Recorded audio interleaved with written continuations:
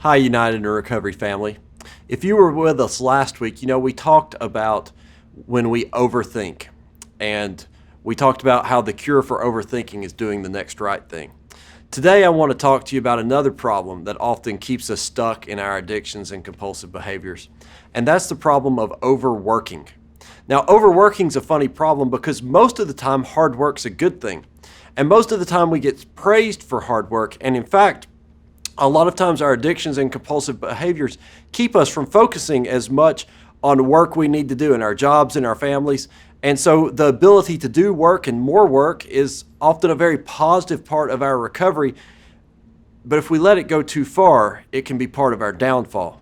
And so what it's important for us to understand from a spiritual standpoint is that when we're in addiction, when we're in compulsive behavior, spiritually what's happening is we're adopting a false god.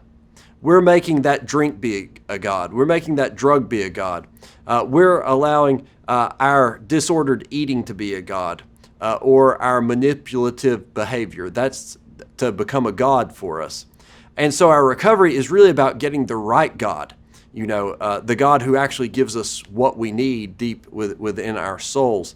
And so as we come into recovery, we've given up one God and we're inviting this other God in, but there are going to be a lot of gods competing for that spot in our hearts, and work can try to become a god, become an idol for us in how it takes place.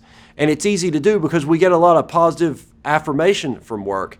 We think about how much work we wished we could have done in some time that we wasted in addiction, and so we want to work more and more and more, but I want to give you a warning sign. Do you remember that little word that we taught ourselves so that we would remember of times when we are especially vulnerable? You remember that HALT?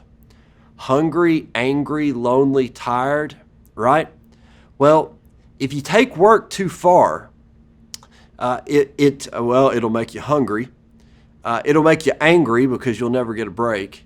It'll make you lonely because you won't hang out with people because you're so busy working, and it'll sure make you tired. In fact, in the Bible, we see that there's a lot about hard work, but we also see that the first thing God does when he creates the people of Israel is he gives them these commandments, and he says, hey, remember the Sabbath and keep it holy. Like, don't work on the Sabbath.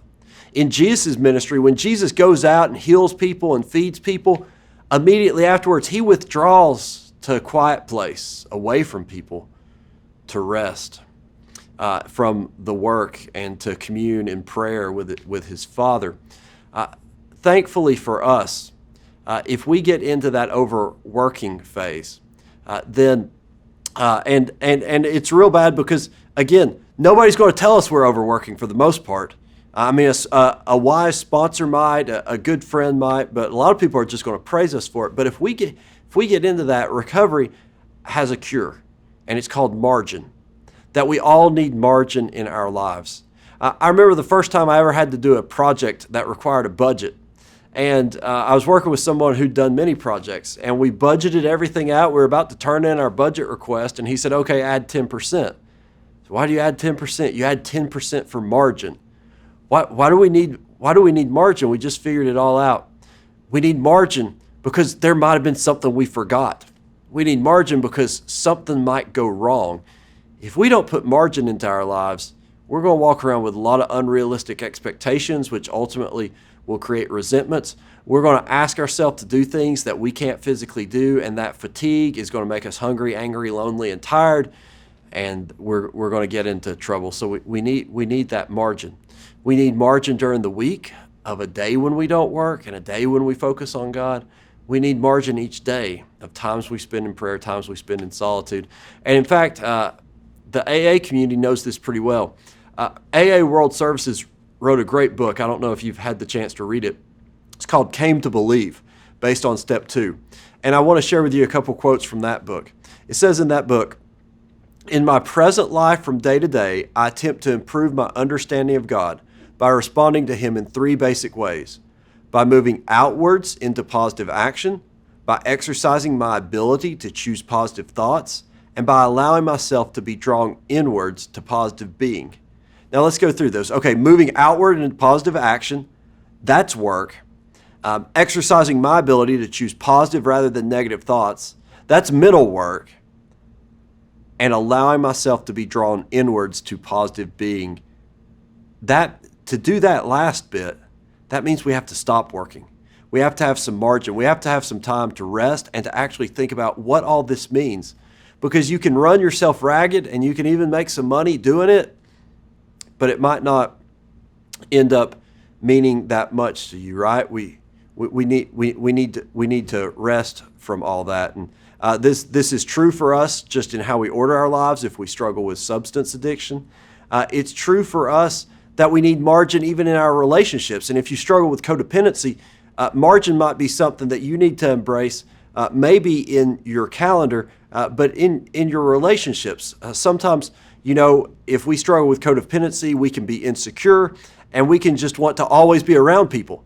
And then we wonder why the people we're closest to seem to have had enough of us. And we get real insecure, and because they're acting like they've had enough of us, we draw even closer to them, which drives them crazy. I had a friend one time who was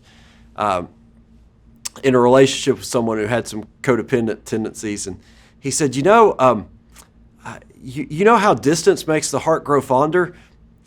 I'm really feeling like I'd like my heart to grow fonder right now. Like, I just need a little space, right?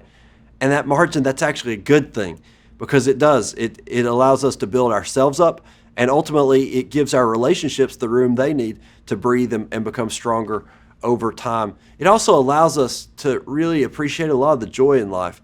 Came to Believe a little later on, it says this: some of us long to become creative in some realm of life, but we cannot become or remain creative without solitude.